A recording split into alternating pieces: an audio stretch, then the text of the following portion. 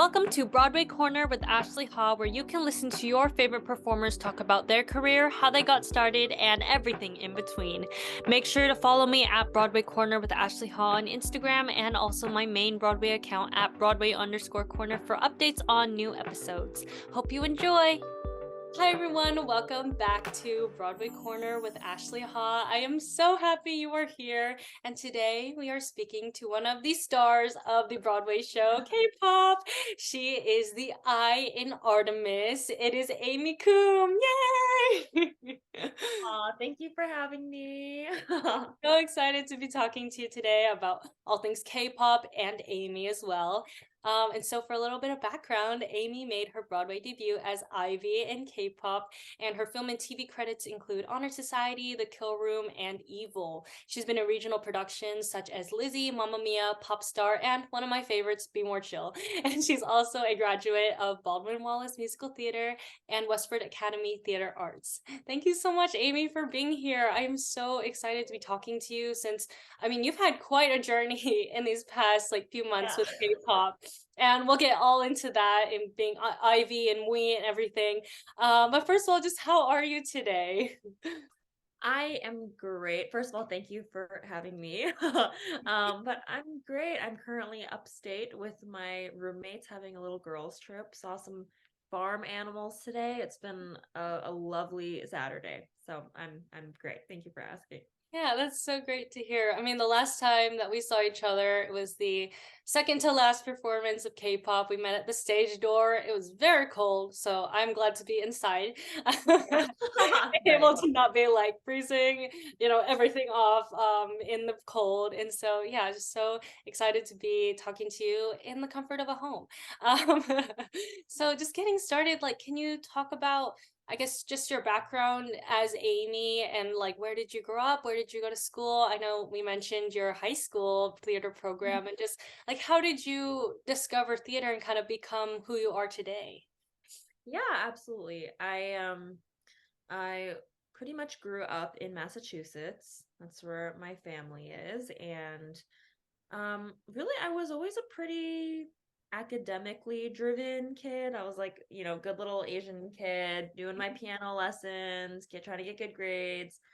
But I started singing probably at some point in middle school or like late elementary school. I joined a show choir, not even really because I wanted to, but my sister, she had always wanted to do show choir, and she's like 7 years older than me and was like, Amy, like, I didn't get the chance to do this. You have to do this. And I remember being really resistant, mainly just because I was really shy.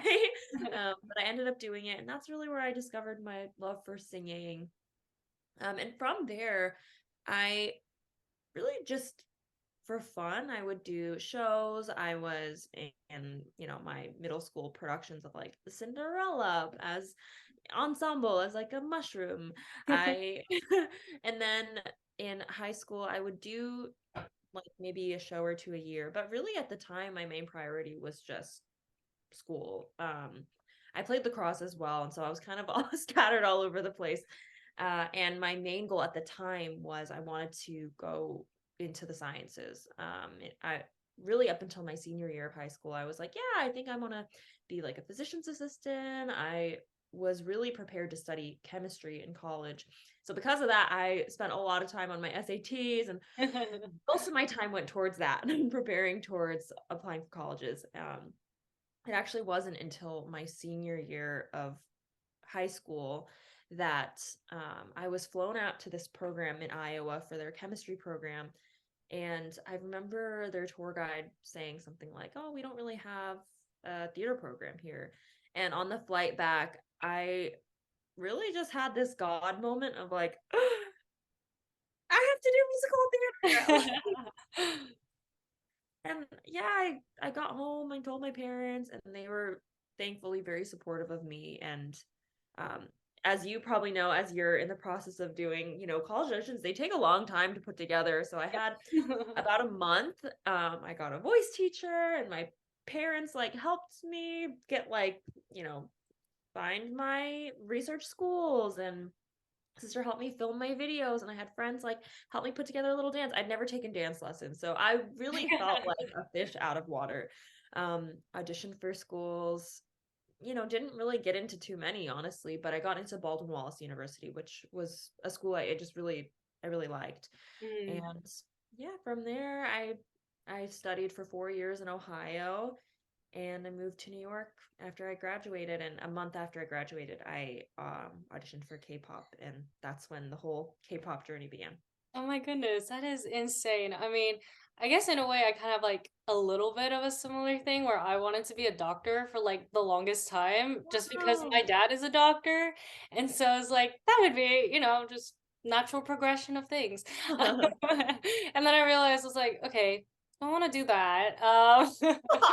And then like, I kind of like you, I started a little bit later. I mean, you had like your childhood, but I literally started in high school for theater and Wow. like singing and stuff and like not really a dancer either.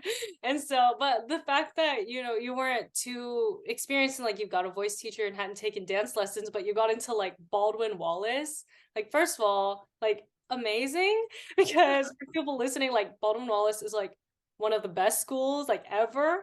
And like if you go there it's like okay, Broadway star immediately.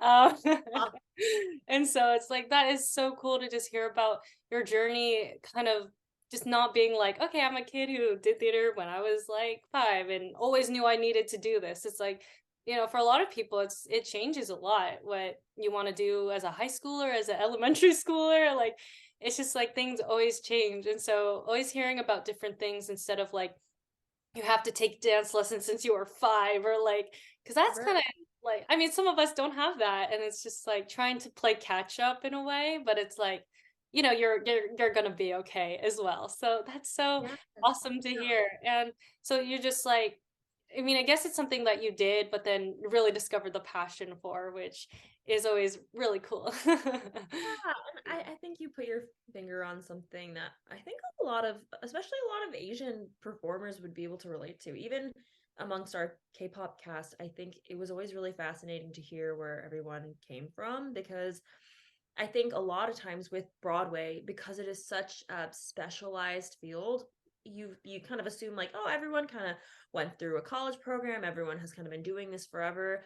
But in K-pop and actually with a lot of other Asian performers I know, the journey is not quite as linear. Like I know I mean a number of people in K-pop, they started as adults. They started in their 30s and their journey to Broadway was really really unconventional. And so yeah, I hope that's an encouragement for because I think it's one thing if you have parents that are in the arts and it's something introduced to you from very early on, but I think for a lot of us, and maybe you relate, Yeah. it's really something we kind of discovered not from our own home or upbringing, but kind of from the outside. And like, oh, and it can feel a little bit like playing catch up, but yeah, I know even like specifically with dance for me, it was always something I wrote off as like, well, I just didn't start early enough, so what's the point basically. But really it was over the pandemic within the course of like 2 years that I improved in the most measurable way in dance,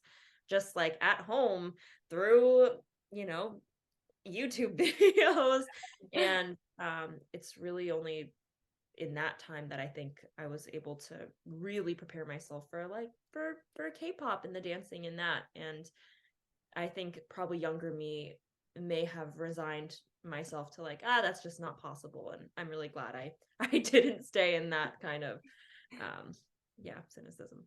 Yeah, yeah. No, I totally relate with like I mean, I had seen shows when I was little, but I never had that like moment that most people talk about of like, I want to do that. It was like very gradual. Yeah. Like, I started liking Hamilton first. Like and then it was just like, became obsessed with different shows, but I was never like, I want to be an actor. Like I need to do this. It was just kind of like okay, I really like this. I seem pretty good at it, I think. So maybe that could be, a path that I'm able to take. And just like you said, with K-pop, I know I heard Jinu's story, like everyone has such a different way of getting to Broadway or just coming to America to pursue your dream. And so it's like there's no one way to do it. And one way isn't better than the other. It's just like everything is meant to happen in the way that it does. So yeah, Yeah. that's always super encouraging to hear. And when did you first become involved with K-pop? Like, what was the audition story? Like, did you start with the workshops? Because you were not a part of the Ars Nova production. You came a little bit after. Yes, so I graduated from Baldwin Wallace in 2019, and really a month after, my agent had sent me a K-pop call. And I'd heard about the off-Broadway production when I was in school, and I remember being so frustrated and just being like, God, like, why am I in school right now? This is a Korean show. I want to be there doing it. And I remember my mom saying, like, I really have this distinct memory of her saying, like, if this is a show you're meant to be in, maybe it'll come back around. And it did. And so in 2019, chance to audition, I was really excited. I think I might have even posted on Instagram though. I was like, just having some of that imposter syndrome of like, I'm Korean, but also like, I'm not that good at speaking Korean. And I don't really sing the K-pop style well. And I remember just thinking, like, what do I even sing for this? Anyway, I went in and it was an audition for one of the workshops. So at the time, I didn't even know it was headed to Broadway. I went in on like a Friday or something like that. I think they asked for a pop song and like at the time there were a bunch of Artemis was called Special K, and so there was a bunch of Special K sides. I had originally been called in for Tiny, which is now the role that Bo Hyung ended up playing. Yeah, yeah. I remember doing the sides, and it was super fun. The room was really fun, and the casting director, who was Claire Burke with Tara Rubin, she was like, "Hey, Amy, can you just meet me outside? Like just outside of the room. I want to ask you a few questions." And she basically pulled me aside and was like, "Hey, we want to call you back tomorrow for the callback. We want you to come in for XO, who ended up becoming Ivy. Mhm. And additionally, we want you to prepare Pongori's hair. We want you to prepare this whole Korean side for MwE, and we want you to prepare a rap." Oh And the my audition was at like 10 a.m. the following morning. I remember I also, at the time, I am a photographer as well. And so I had all these shoots that were scheduled that morning too. So as soon as I heard that, I was like, oh no, what am I gonna do? And I God. was able to like reschedule it. And my boss, I was working for like a photography company, was like, no, you can't call out, but okay, I'll give you like an extra 30 minutes. So I had to come in at some really early time, like 9:30, 10 a.m., which for auditions is pretty early. Yeah, yeah. And um yeah, I had the night to prepare. At the time, I didn't even read Korean. So I sent the sides to my mom, and she, thank goodness for her, she went through and phonetically wrote out every single line of the whole song. And so I basically barely slept that night, and I was listening to like her voice memos on repeat, trying to just memorize these words that I didn't really even understand very well at the time. And for the rap, I'm like, what? I don't have time to learn a whole rap. The only rap I knew was Aaron's Party by Aaron Carter. And for anyone that knows that song, it is not a cool rap song. It's like a 90s pop hit. And so yeah, I went on GarageBand. I like edited together a little karaoke track and I put it on my little iPod and went in the next morning. And I'm looking back, I'm pretty sure that is maybe what got me the job. I like plugged in my phone. I was like, is it okay if I play a background track? And I did the rap, and I don't know if it impressed them or if it just made them laugh, but either way. It um, worked. yeah, and so I did the audition, and probably a week later I was working at my survival job. I was working at a nail salon. Had probably like 4 jobs at that time. Uh was on a shift, and my agent gave me a call and was like, "Hey, you just got cast in K-pop. Also, it looks like the show will probably be heading to Broadway." And so really so much for me changed in just like that 2-day period. Mm. Wow, that is crazy. I mean, like, what was your, I guess, reaction to getting the job? Because I've seen so many videos of people like, a mom recording the person and then they're just like crying or like, what was your reaction to booking it? I mean, you said you were working 4 jobs. I mean, it must have been a little bit of like a relief or just like a little bit of weight taken off of just like, you get to do something that you love. Yeah. No, definitely. I mean, it was in the middle of a shift, and I was actually working with one of my best friends, Emmy, at the time. And I was like, Emmy, do you mind? I was getting a call from my agent. I knew it probably had something to do with K-pop. So I was like, mind if I just step away from the desk? I went up to the lobby. I like jumped and screamed. I called my mom, and then I scurried back downstairs to the nail salon and went back to my desk and proceeded as if everything was normal, but inwardly was like geeking out so Oh much. my god. You're just like, "Oh my gosh, my dreams are coming true." And, like, I mean, going back to, like, the workshops, like, what was the vibe, I guess, in them? Like, what did you guys have to do? And, like, can you just talk us through what that process was like? Because for any show, you have to go through a lab or a workshop or anything before it gets to Broadway, and, like, how many changes happened? Because you said it was still Special K. I mean, that's, like, a big change, to make it Artemis into what it is now, so I don't know, can you just talk us through that a little bit? Yeah, definitely. I mean, so much changed. I can start off right off the bat by saying that. The very first workshop was actually just there was no dancing. So we were just standing at music stands and reading off the script basically. I honestly had no idea what I was in for looking back. So I remember walking into the room. Of course, I'm really intimidated. It's my first job out of school, and I didn't know anyone at the time. And I think that probably helped, honestly, because I went up and I was like, "Hi, my name's Amy." Introducing myself later on to come to find, like, oh my gosh, I was geeking out like later that day when I went home and looked people up. I'm like, oh my gosh, this is a big deal. Like there are these at the time, like Ki Hong Lee was working on the show, who for those of you know, he was like in the Maze Runner, and people that I ended up being in the show with, like Julia and like Jinu, and people that I mean, from the first day, I think we probably sang through Blast Off or This Is My Korea. And I was just floored listening to the talent around me. Like, I remember the first time I heard Jinu and Julia actually sing, and I was like, I've never heard people sing like this ever. They were just, I was blown away. And so immediately I was like super intimidated just to be there. But I think that first workshop was just a 2-week thing. At the time, Artemis was called Special K. There were only 4 members. It was entirely different. And I remember even starting then, like the songs were changing on like a daily basis. There were a bunch of songs that were cut. Shikanangbi was added at that very first one.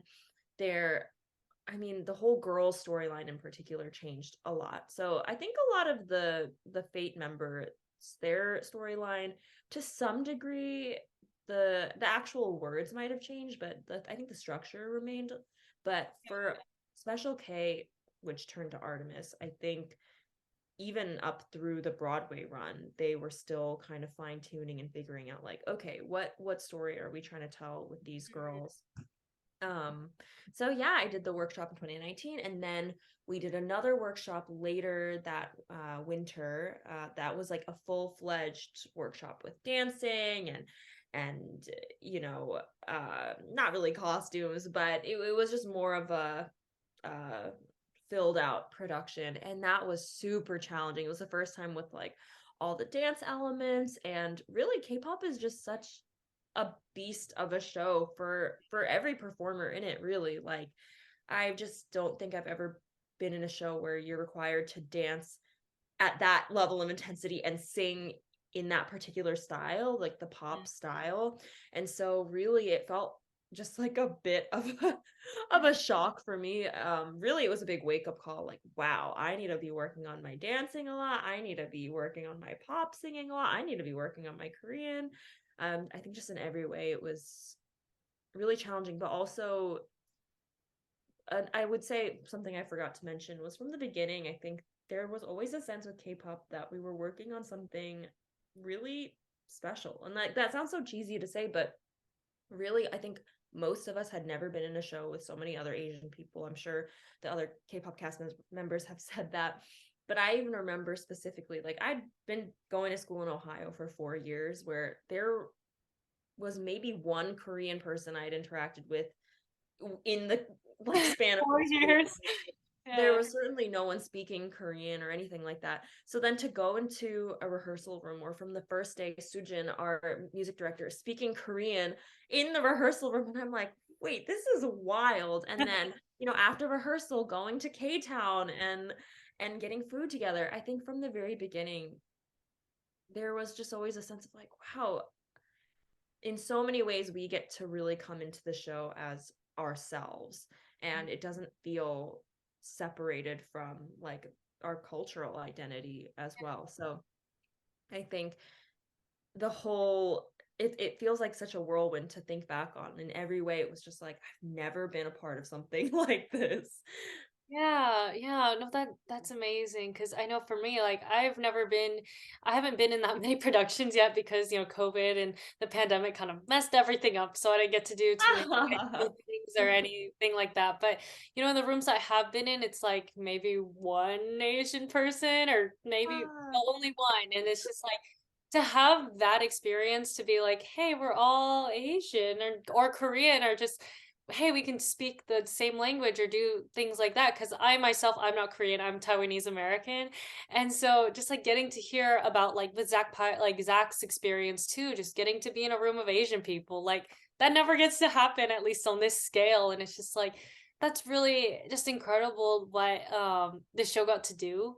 Because I know for me, it's like it's given me something to like, okay, I got to do something like this someday in my career, just like something similar that has that same feel of like we're doing something important and this is really awesome.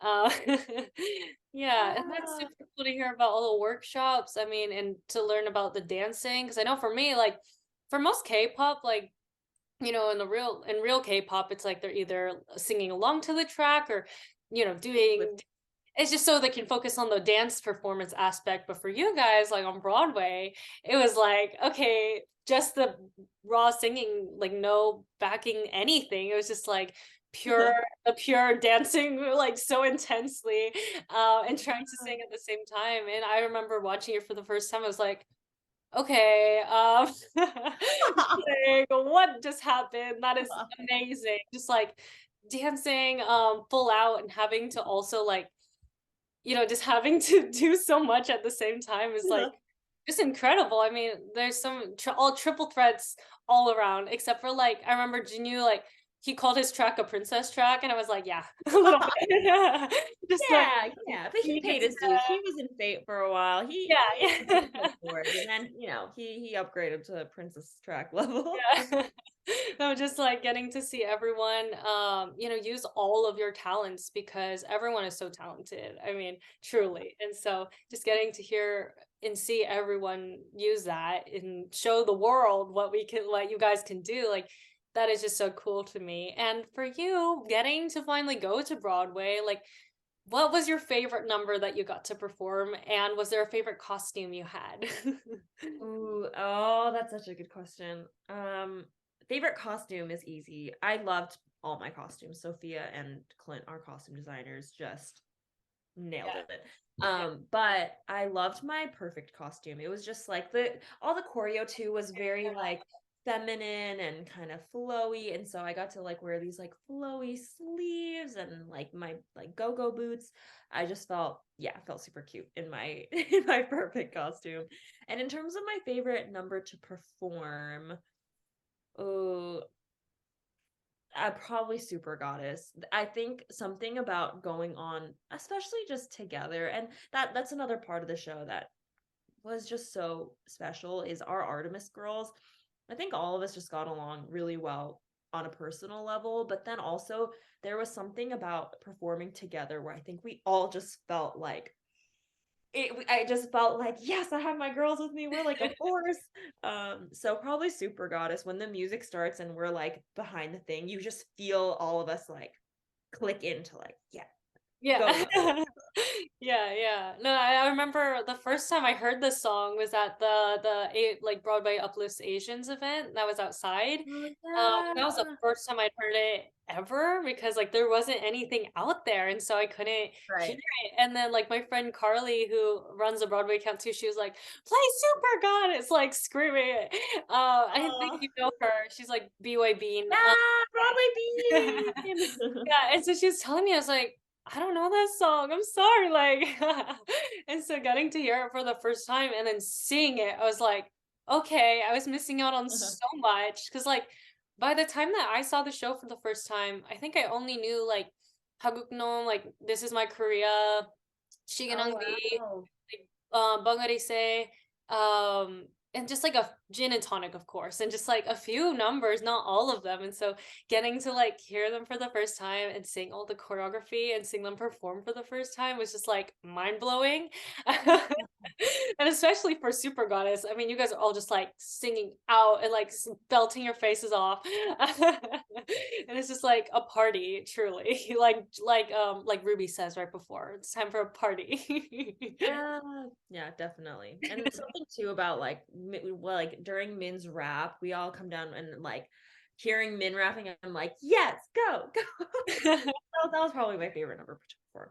Yeah, yeah. And for you, like, what did you, as Artemis or just as Amy, have any backstage rituals or pre-show rituals or like waving to someone across the stage before you go on or just doing anything like that? I don't know, anything you want. Yeah, no, I mean, we had quite a few. I think me and Julia, we always kind of like push the limit a little bit of like we would always do our warm up together. We would me, Julia, Julie and Kate all shared a dressing room. So there are definitely a lot of backstage shenanigans with that as well. But yeah, we would do our warm up together and then we would always kind of push the line a little bit. Kate was always like super on it. And Julie, I mean, she had a lot going on, so she actually had to like be focused because she's like carrying half the show. But me and Julia would like wait until the last minute and like run down for our call. Um, me, Jiho, and Bo Hyung and um Josh would all be on like waiting on stage left to go on stage. And so usually we would all kind of just like goof around and warm up and do like our physical stretches. During This Is My Korea, Kate and I would like run off after the girls' part, and we would always make eye contact. Kate might have even mentioned this. We would always make eye contact with Josh while he was on stage and like do the guys' choreography. That was one of my favorite moments of the show. Is just doing like the Yeah, like yeah. the guy choreo from off stage. Um, but yeah, I'm trying to think what else. Before Perfect, me, Kate, and Julia would come on from stage right, and Abby, who plays Harry, the director, would always be waiting um off stage there as well. And for some reason, I don't know why, every night we'd see each other and do a little ritual of going like scurry past him. There are just a bunch of tiny little things like that that we did every day for some reason. I can't even tell you why. It becomes routine. I'm like, and it's just like those Yeah, little things that make it so much fun. I'm sure. Like, I think everyone keeps saying like, "This Is My Korea" is just so much fun because it's like the only time that Fate and Artemis are like one of the right. only times that they're like together getting to perform and like just the explosive energy of that song too. I remember like, I know you know Hannah and like all of them, and so like. There's a super fans group, a K-pop super fan group, like a group Oh, of it.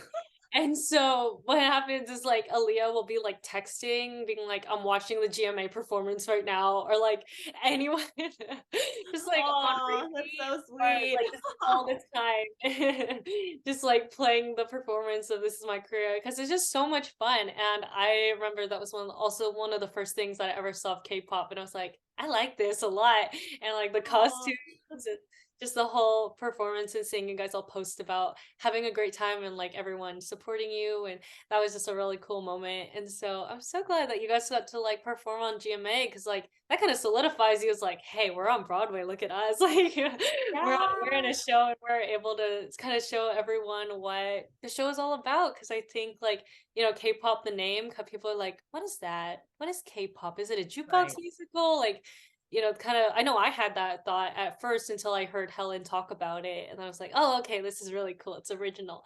Um, yeah, and just getting to hear and see like what K-pop is. I know that's what made me fall in love with the show and want to fly over to see the final two performances. Yeah.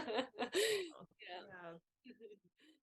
So getting right back into it, can you talk us through some of the tech issues that came up?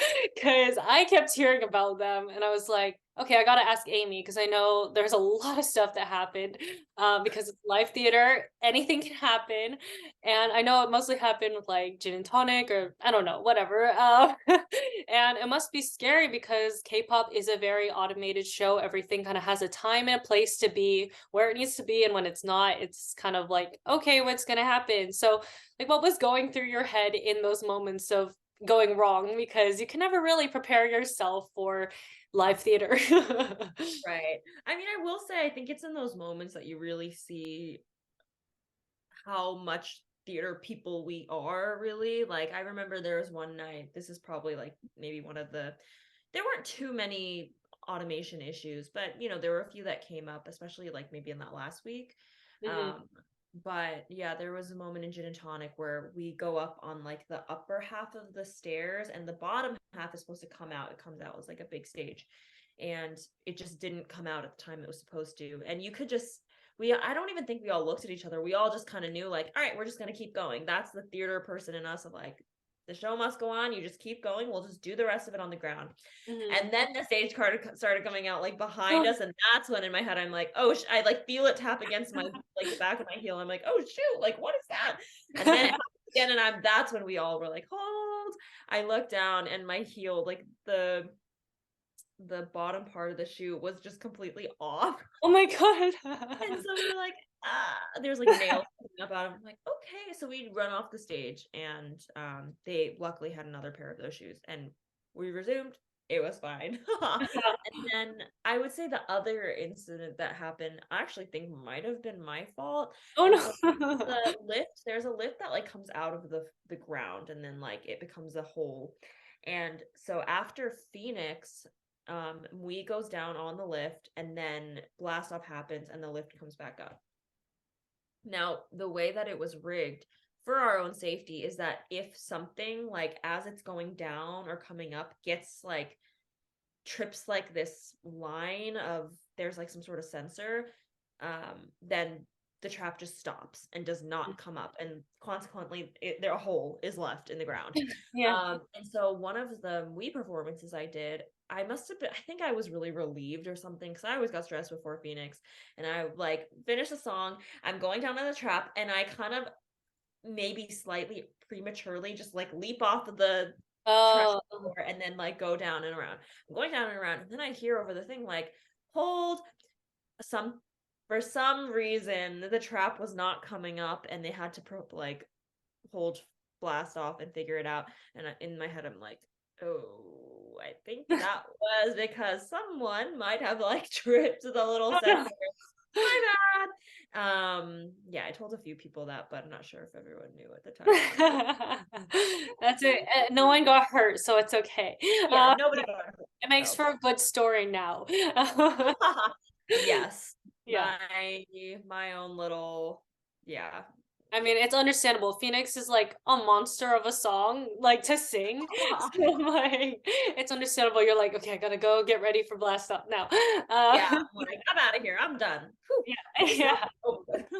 Yeah, and speaking about MWE, I think we need to I have like a bunch of questions. Some of them are from me, some of them are from Hannah. Just like think Aw. about you, because for people who didn't know, along with playing Ivy, Amy also got to understudy the lead superstar, MwE, and she's a leading lady. That's a lot of a lot of time on stage, a lot of like craziness happening, a lot of stuff had to happen before you got to go on, obviously.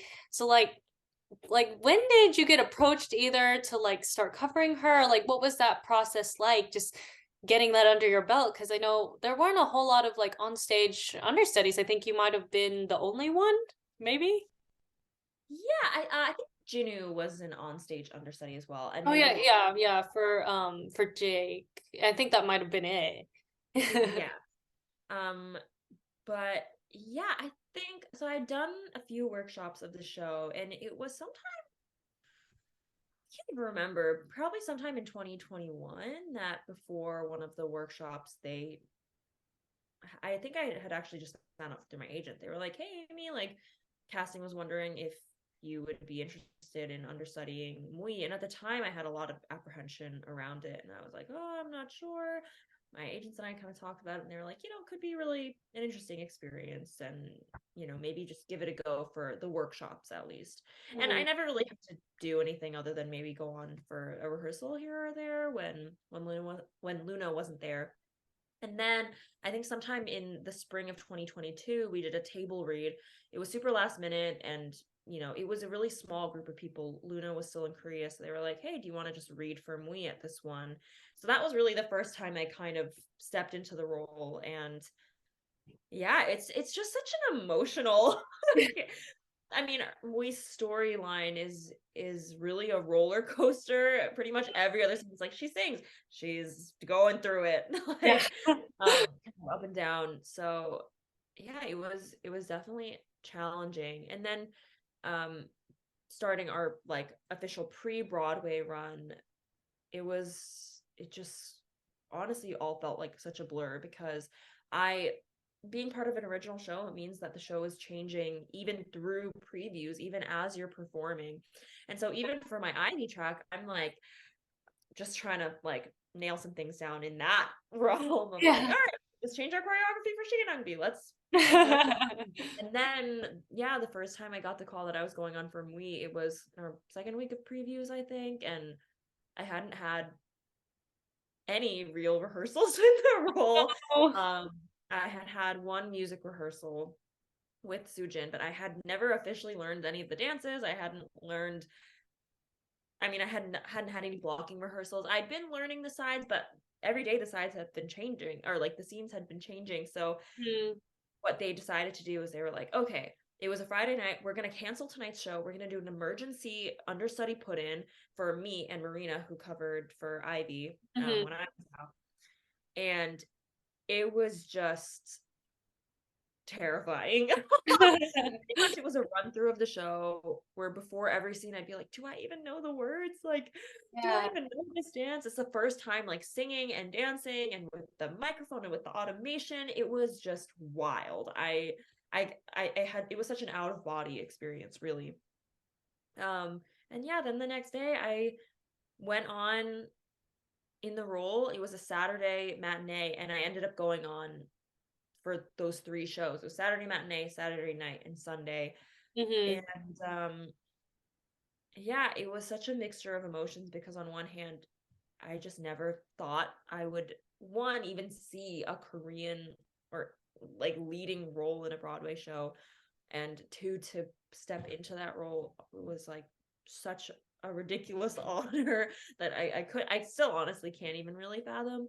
Mhm. And then of course the other side of it was just so scary, and I think a lot of understudies can understand the sentiment that there's a lot of pressure as an understudy because people don't necessarily come to see the understudy, they're coming to see Luna or whoever the actor is, and so there's that additional voice of like, are people disappointed, like I need to, wow, like am I even going to be able to fill this role? And I think yeah, it was just such a process. Pretty much every time I went on for MWE, it was always kind of battling between those two voices of like such gratitude and then also just the knowledge like I don't know that I know what I'm doing, and really just having to pray a lot. I'm pretty sure I think it was Josh actually that had pointed out to me. He was like, "Wow, Amy, every time you go on for MWE, like your mood shifts dramatically. Like when you're on the side, it's like whatever, carefree. And I'm like, focus time. Yeah. Like no one talk to me. I'm just Yeah. like, in my head going over stuff. And Yeah, I mean, how did you learn all what was the process of that put in, like having to learn? I mean, did you know even like Wind Up Doll or because I mean you knew the superstar like your Ivy choreo, but like Mui's is a lot different and she has the whole beginning part too, and just like what was that like having to like quickly just learn these insane numbers that would take months for most people to learn? yes, I mean, I it took a while for me to learn as well. That's where I have to thank past Amy for just being a little paranoid and extra prepared. Yeah, I think this is something a lot of understudies and swings probably can really relate to is and maybe feel frustration about just for an original show it's not really worked into the preview rehearsal process to rehearse understudies, and so the general understanding is like, yeah, no one's gonna call out, just don't even worry about it until we open. When you open, then you'll get your rehearsal. But of Yeah. course, it's like the paranoid side of me and everyone else of like, okay, but we are still performing. If someone, I mean, especially with COVID as well, like if someone is Yeah. out, who's going to go in? Like, you're going to have to do it. So, Mm. really starting from rehearsals, I would always come like an hour early or stay an hour after. I would ask, probably like annoyingly, be like, hey, do you have videos of the rehearsal from today? And I would just learn from videos. So Uh-huh. I had learned Wind Up Doll. Now, that being said, it probably wasn't perfectly exactly what the choreo was, because I was learning from like a video of Luna from like the audience and not, from directed from the choreographers, but Yeah.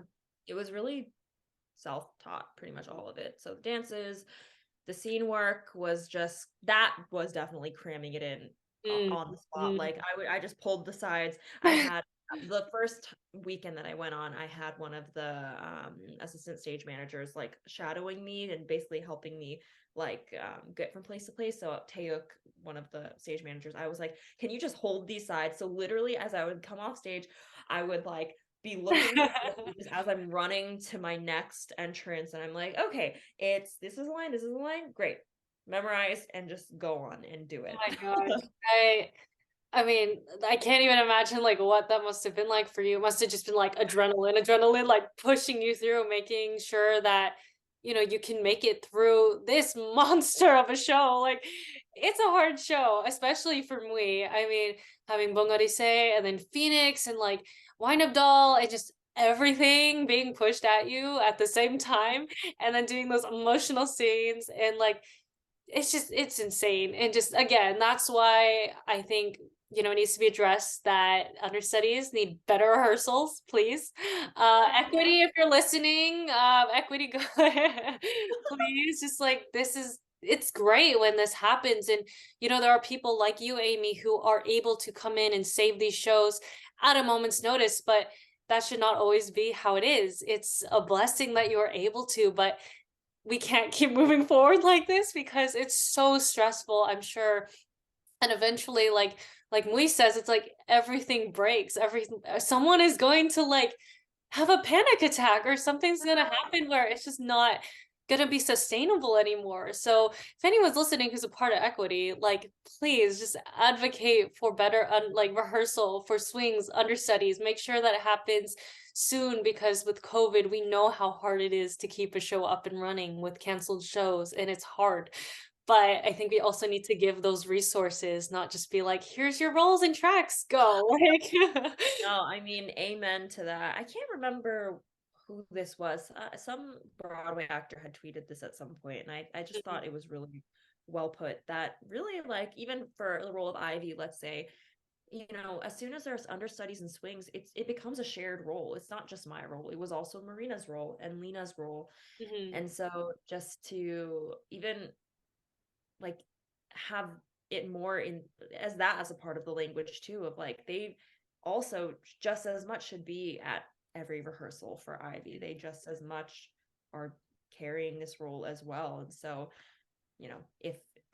if it's possible for them to have the same kind of preparation as, whoever's going on most nights, I think, yeah, that's what it should be. It can only build a better Broadway, because better rehearsal means better, not as many canceled shows. And with COVID, it's like just being able to put these people in and them feeling ready.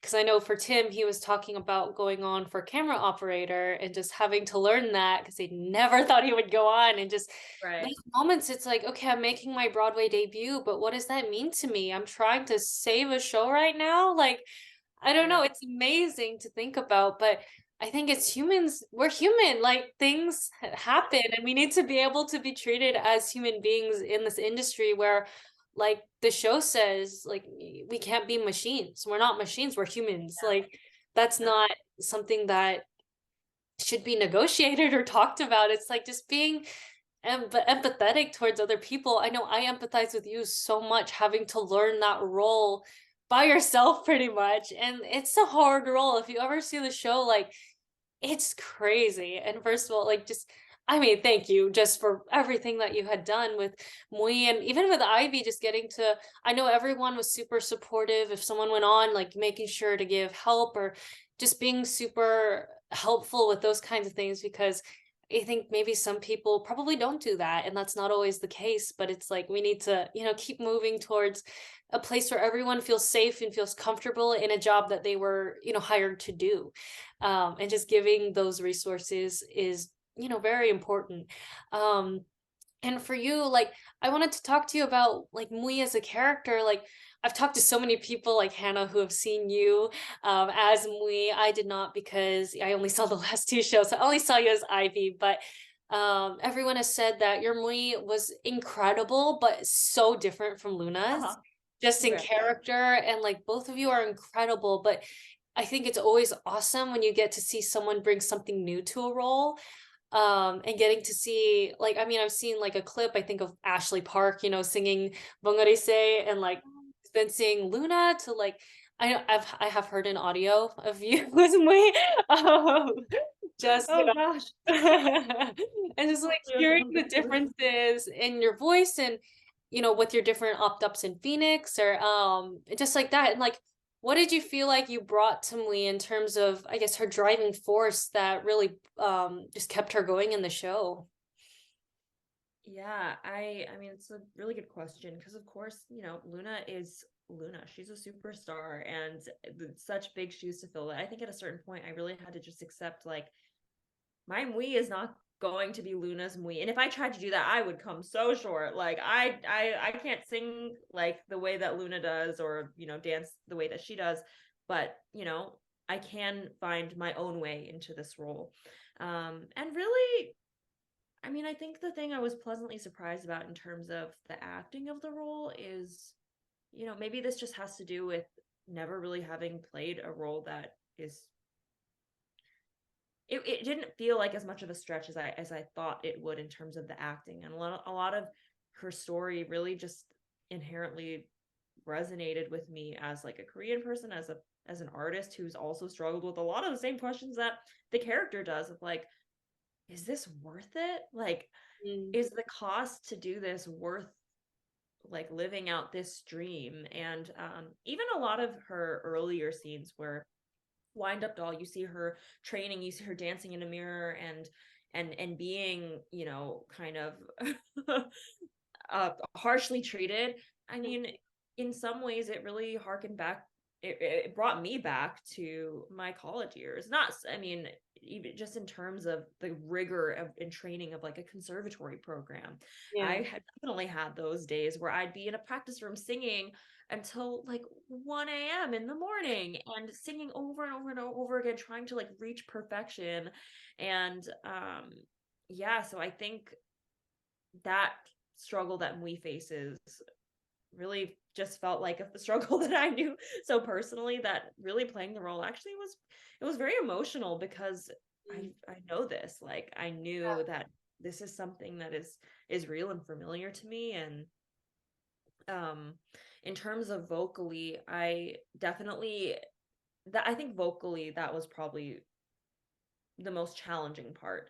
And so I went to like two voice teachers. I went to Devin Elau and Nat Farnsworth, and they both really helped me just find my own voice in general, Mm. but my own way of approaching the MWE material, that worked for me. Because a lot of the role as well, it just has to do with the stamina. Like she's every song she's out here, she's belting, she's Yeah. figuring out ways of like breath support so that even when I'm dancing, I'm not, running out of air. I can still sustain like super high belty notes in Superstar.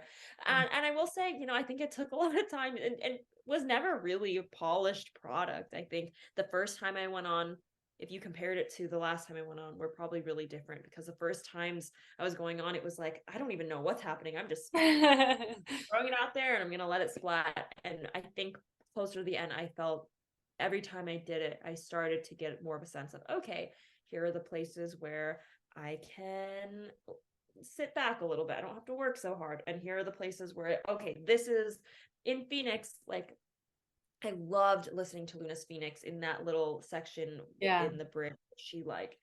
Her voice is just soaring. I tried doing that in the run in our emergency put in, did not work for me. And so from there, it was moments like that of like, okay, that was an embarrassing way of figuring out that doesn't work for me, but let's figure out something that does. And that's like how I kind of decided to do my own like opt up belted version of that Yeah. section.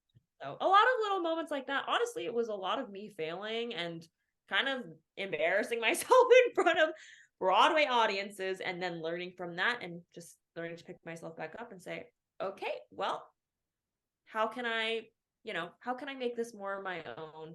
What can I do differently next time? Yeah. And how many times did you actually get to go on for MWE? Like, do you know the amount?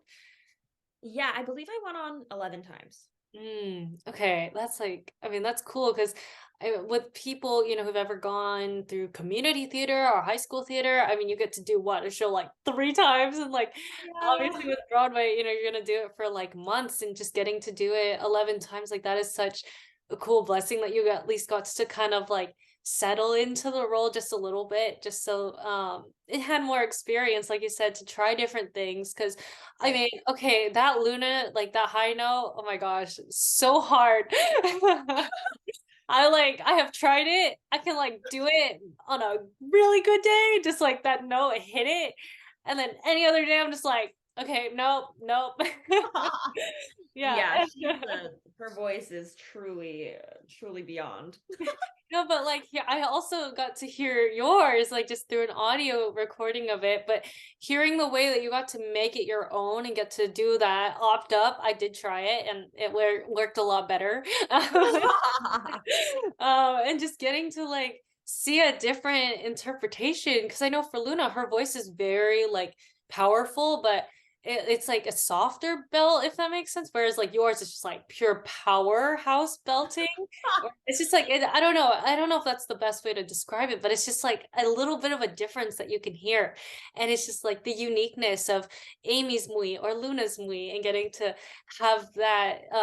It's just something that makes you different and unique. And I wish I could have seen you so much. Like, I Aw. mean, that would have just been like a dream. There was like Hannah on the K-pop Broadway fans account like that they have now did um like a bingo card of K-pop, and one of the Aw.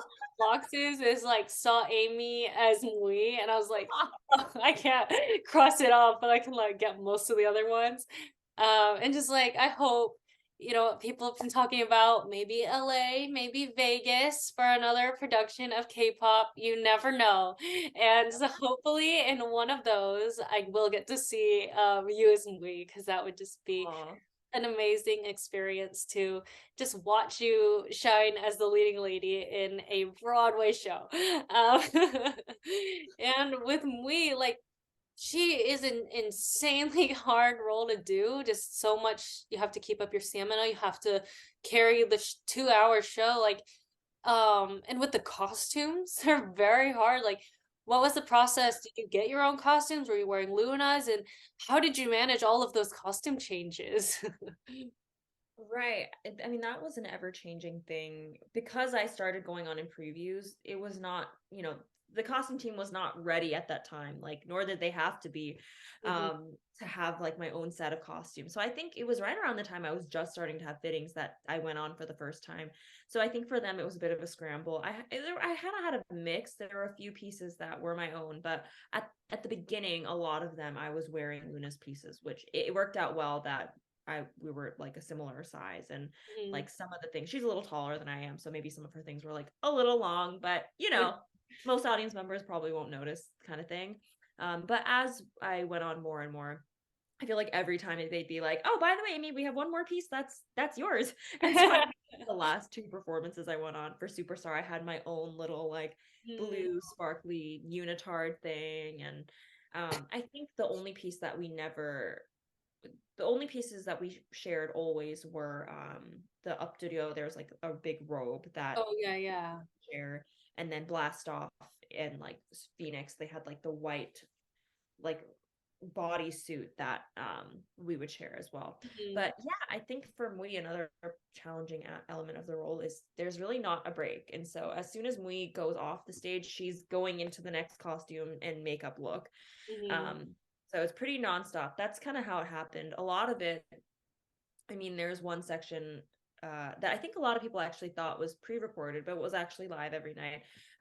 It's the scene after Hanguknom, I think, where Mui's in the dressing room, and how they would rig that is I would have on my like child's wig, Mui wig, so it would be like a brown wig, and then they would put on top of it a blonde wig, and so basically because that scene runs so quickly into Still I Love You, her audition scene, what we'd have to do is like have all her clothes underneath and then put a robe on top. Yeah, But they the red robe. finished filming the like recording the dressing room scene and say cut, and then I would run over to like the trap. They would like rip the things off, take the wig off, and then I would go up. So a lot of we stuff was like that. Mm.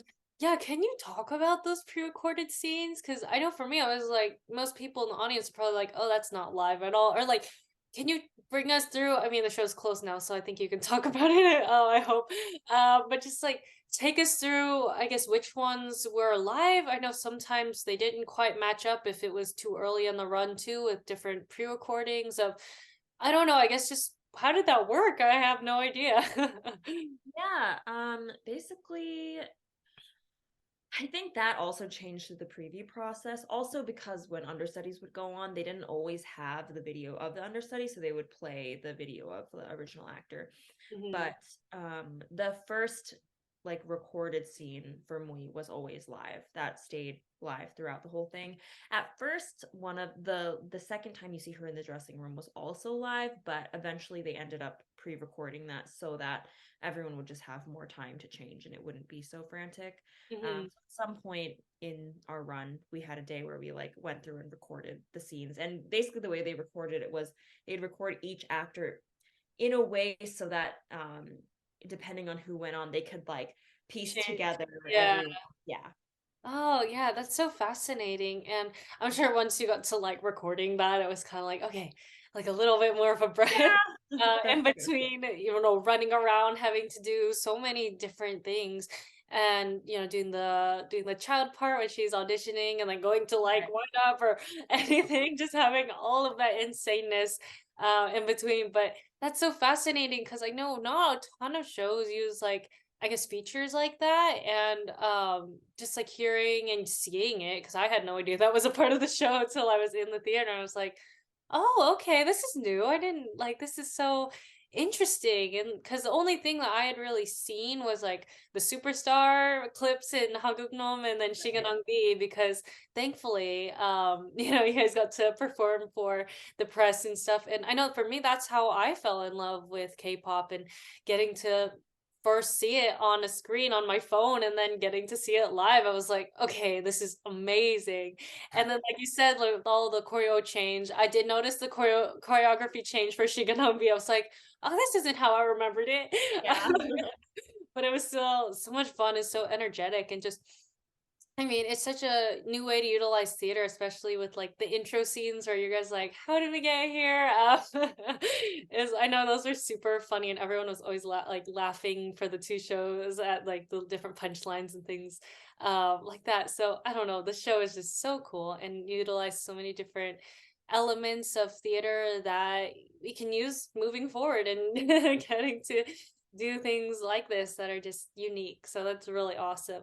And I wanted to talk to you. I know Hannah told me that you went on as MWE the day that the show announced that you guys were closing. And just when talking to her, she said that you are like just unstoppable, and you really got to carry the company that night, and just that you just led them through the show as the leading lady. And after the announcement, was it no longer you just doing the show, getting to be superstar Mui, but also kind of in a way fighting for the show, being like, this show's amazing and we gotta stay open and extend, hopefully? Yeah, absolutely. I mean, the way that we found out, it was, it was pretty abrupt. So we found out on a Tuesday night, just 30 minutes before a performance. They had called a company meeting, and I think we were all a little bit like, "Oh, what's this about?" I think I was actually late to the meeting as well. So I was walking in halfway through, and it was a night I already knew that I was going on for MWE. So yeah, I mean, it was just a really a tough a tough moment. I look around, I see my castmates crying and creative team crying, and just like a lot of being and sitting with each other and kind of trying to process like, wow, is this like really the end?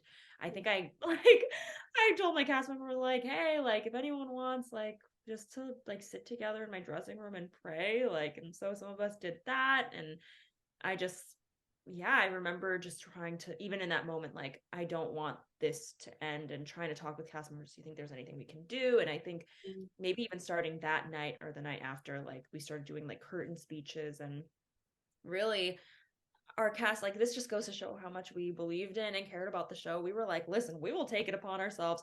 We are going to go to social media and just like kind of appeal to the masses of like, hey, I don't even think enough people know about this show. Like, our show deserves more time. And Yeah. we definitely fought for it as much as we could. And I think that's like the piece we can find at the end. Like, I think, you know, I still think the show deserved just a longer run, and I wish more people had gotten to see it. I know there's other people that really wanted to see it as well, and um I think we did what we could. And even in that night of going on as MWE, to some degree, it was like, you know what? Like, what else can I do? Like, I have to power through. And even more so, I knew that, since if we were to be closing, it was probably my last time going on as MWE. So really, it became about like, let me just take in this moment. I might not ever get to do it again. And I just don't want to feel like I, left anything out there on the stage. Like, I just wanted to feel like, let me take in this moment as much as I can, and really like take in my castmates as well. So as much as it was like a heartbreaking night, I think there was also just a deep sense of like family, as we all kind of took this news in together and thought like, okay, we're not ready to let the show go, but either way, like, I'm just going to, yeah, like try to like be grateful for just to perform with you all for Yeah. every last show that we have. Yeah. I think you and the cast, you guys did everything that you could have possibly done to try and keep Yeah. K-pop on Broadway. And I know me, I was like making videos and just posting exclusively about K-pop because right Right. before like the announced closing, I remember I was literally doing like a spotlight on every member of Artemis. And so I didn't expect it. And then it Right. happened and I was like, oh, okay. And then I finished up posting about like Rhea and like, finishing that. And then I made my video and I was like, okay. And then my dad saw it and then he realized how much the show meant to me. And he was like, okay, if you can like somehow get yourself a ticket to closing, like I will try to get you there. And it was a lot Oh, of like trying to plan. I remember I had like a panic attack. Um, so I was like, I felt like if I didn't make it happen, it was somehow my fault. Like if I never got to see K-pop before it had closed because it meant so much to me. And so, I ended up canceling like whatever I had on that Saturday night, and we flew in that Friday, oh, like red eye, got there Saturday morning, and then went and got to see the show for the first time. And I remember I was literally crying so hard during This Is My Korea. And I was oh, like, this is a happy song. Why am I like, what is happening right now? But I remember just turning to my mom, like, I'm so happy right now. And just taking in that moment of being like, oh my God, I'm here. I get to finally see this thing that I've been waiting for literal months to see. And getting to experience it and getting to see you as Ivy and everyone else. I know it was like a full cast that day, and so just seeing what it was all about was super special to me. And I'm so glad that I'm so glad I made it. no, I mean, meant a lot, especially for the people that really like hustled out to come see our show, like you. And I know there was someone that had like driven down from Canada that day, or like just all the stories. And I think, that's like the note that we got to leave on, is like, wow, the show, it did mean something, and it was important, especially for like a community of people that hadn't prior gotten to see like just stories like this on the stage. And so that last week was just so moving to see everyone that came out to see it. Yeah. Thank you. I mean, just thank you for, your speech and then just you leading the show throughout such a tough time, I'm sure, like getting that announcement and just being like, what is happening? I remember my friend who I met through like a summer program, she was the first one to like text a picture of like the announcement and I just looked at it. I was like, are you kidding me? Like, what is Yeah. happening right now? I was just in disbelief because I couldn't believe that show that was so incredible was closing. I mean, you guys were the only original show on like in the new season on Right. Broadway. I was like, we should be uplifting stories like this, not taking them away. And so, yeah, I'm just still so devastated, but glad that you fought and worked so hard to try and keep it alive, and that's what really matters. So thank you. Yeah, well, thank you. I couldn't have put it better. I think just yeah, it was a special show. So getting back, I know we ended on a very emotional note of just talking about closing. Like, can you speak about how you were feeling specifically on the day of the final show? Because I know for me, I personally was very cold because I had to wait for 4 hours to try and get a ticket. And I literally bought my ticket at half hour with my new friends that I made in line because like a group of four had canceled and I was fourth in line. So I was like, yes, thank you. Oh. And just I remember that day, like Abraham and Marina came over and said thank you and like gave me a hug, and I was like, I hope I make it in there. And for me, it was just like celebratory, but like obviously it was very bittersweet for me and for everyone else, but it was filled with so much joy and love. And how did it feel for you to be performing in a what to me felt like a K-pop concert instead of a Broadway show? Wow, it was just so emotional. I mean, I think for the majority of the show, it was really fun. You could just tell we were all like, let's just go. Let's just give the show of a lifetime. And so the energy was nuts. And like, of course, the audience too was super supportive, all Mhm. of that. And then I think it was just at the very end, allowing myself to really take in for the last time, like, wow, I can't believe we're not going to do this tomorrow. I think that's like where so much of the sadness came from is like, I just love doing the show with these people. And so a lot of it had to do with that. Like looking at my castmates, just I think I was like weeping at the final curtain call. And but it wasn't just sadness, it was also just immense gratitude and like, wow, this has just been truly, yeah, truly once in a lifetime. Like I know that I will never be part of a show like this ever again or in that kind of wild wild way. So yeah, just super emotional, but yeah, I think I'll never forget it. Hmm. Yeah, to me, it just felt like everyone was just putting everything they had into the performance. And for me, it was funny because I was actually sitting behind David Henry Hwang. It just like happened upon. And so, like, knowing that the panel was going to happen after, and just like when I got to stand up and ask a question, I was just like bawling my eyes out. I'm like, why does this Aw. have to be the end? I'm like, it shouldn't have to be. And just I hope for just Yeah. such a bright future for the show because it's so special. And whether it be, performed at regional theaters or, professional theaters, like I just want it to keep living on however it can. And hopefully I can be in it at some point. Yeah, Yeah, totally. I mean, I think I'm looking at like Sonoma's role right now, just like vocally and everything, or Ivy or anyone. And just it's just such a special show, and seeing you at the end go like that felt great.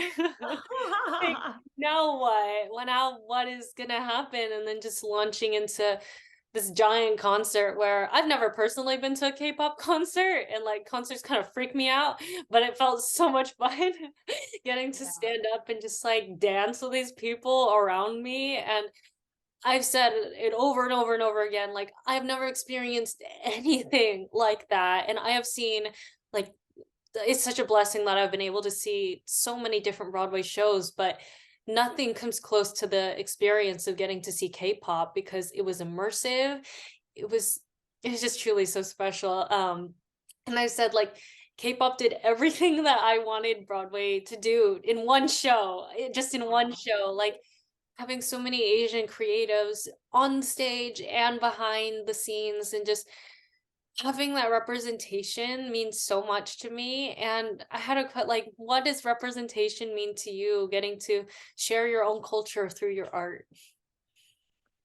Yeah, I think it means that younger Asian kids will get to look up at the stage and see themselves and not be hindered by the false belief that one, their stories aren't as important to be told or aren't as interesting, and two, that it's just simply possible.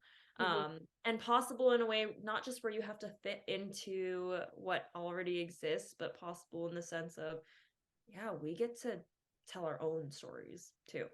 Mhm. I mean, your line is, "It's my story and I." Aw, yeah. So it's like yeah.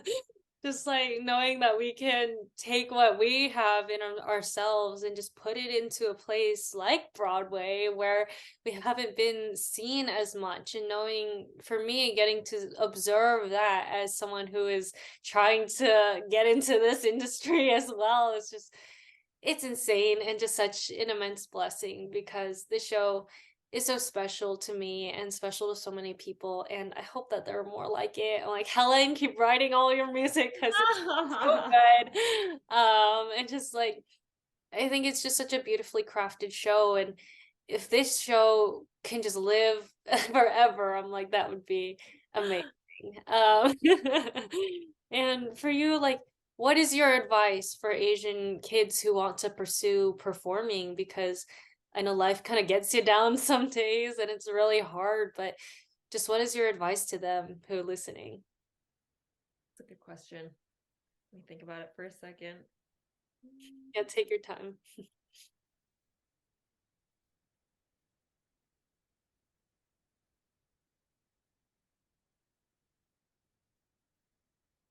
I think my advice would be, it'll probably maybe be hard. And it might feel at times like, you know, wait, which actor? I think a lot of actors that come into theater think in the way of like, oh, I want to be like this actor. This is the track I want to follow. But, I would encourage, especially for Asian actors and other actors of color, like there might not be an exact track for you to follow. And as challenging as that can be, I think it can also be a really empowering and freeing thing to just embrace. Like, there's not really a track for me to follow. And that's because I can actually create my own. And Yeah. I can be the performer that I want to be, and not having to fit into one box, but just getting to be myself, bring my own experiences as an Asian person and as a performer to the table. Um, and I guess just clinging on to the hope of this is just the beginning of things to come. And as even, even though K-pop ended in the way it did, I have to hold on to the hope of that redemptive edge that, this is the beginning of our stories getting to be told. Yeah, and we have to work now so that people in the future will no longer have to have those struggles and just the thought of not belonging, because it's insane to me that I even have to think about that, because it's so hard. And just going through the world in a different lens than most people is just, it's unique, and it's definitely a struggle. But knowing, seeing your story and everyone else's of success, and just who we can be if you put in the work, first of all, you have to do that, and then just keep going. And just, I know Helen said at the panel, like, I won't stop, and I know MwE says that as well, like, we can't stop, just have to keep going, keep sharing your own stories, and making sure that Asian Americans and other people of color, Asian, anyone knows that they have a future on Broadway and stories to tell. Because I think all of us, if we can just keep telling our unique stories, then only then can everyone truly feel like they belong. And I think that's all everyone wants. And it's just the feeling of belonging and knowing, like, oh my God, I can do that too. Seeing like a show where you're pointing at the stage, like, what is that? Like, can I do that too? And I know for me, like, seeing K-pop, I'm like, I got new dream roles now. Like that I would have never had before where they actually kind of represent me. I'm not Korean, but just being Asian American, it's such a place to just relate. So just thank you so much, Amy. And I know this entire show has been such a huge gift. Oh, thank you so much. And I think you put it perfectly. You're so well spoken of like, yeah, ultimately it's that sense of belonging of like, do Asian people belong on Broadway? And the answer is yes. And I hope K-pop at least cracked that door open just a little bit more. Yeah, I think you guys blasted it open. But I'm shook. Yeah, no, yeah, and to kind of wrap up, like, how can everyone listening just follow your career and know what you're up to, and just whether that be social media, just how can we keep supporting you? Well, thank you for asking. You can follow me on Instagram at Amy M. Coombe. And additionally, go watch Honor Society on Paramount Plus. I have a movie coming out. It's called The Kill Room. That's with Uma Thurman and Samuel L. Jackson, and that'll be coming out sometime, hopefully later this year. So yeah, keep your eyes out for that, and you can find me on Instagram. Yay! Oh, thank you so much, Amy, just for being here, talking to me today. It's been such, I know for me, it's been like kind of healing just getting to talk about this show, knowing, how it did end, but it doesn't have to be the ending of the story of K-pop, and just getting to just talk about a show that means so much to, I know, for me and for you and the rest of the cast. It's so special to be able to have these conversations about what we want Broadway to look like, because I think the way that we're going, it's great, but I think we can shift it over a little more just so that everyone can really feel like they see themselves, instead of Broadway being some sort of narrow dream. Having it open and available to everyone is super important. So thank you for being on Broadway Corner with Ashley Haw. Make sure everyone listening, make sure you follow me at Broadway Corner with Ashley Haw and Broadway_corner. And make sure you're also following Amy at Amy M. Coombe. And we'll see you next time.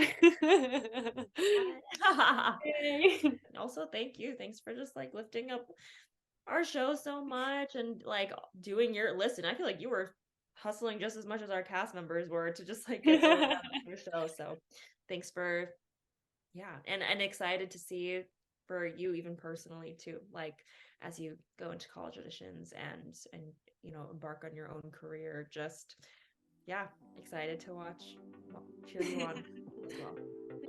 Thank you so much for listening to this episode of Broadway Corner with Ashley Haw. Make sure you're following me on Instagram at Broadway Corner with Ashley Haw, at Broadway_corner, and make sure you're following Amy at Amy M. Coombe. Thank you so much for listening.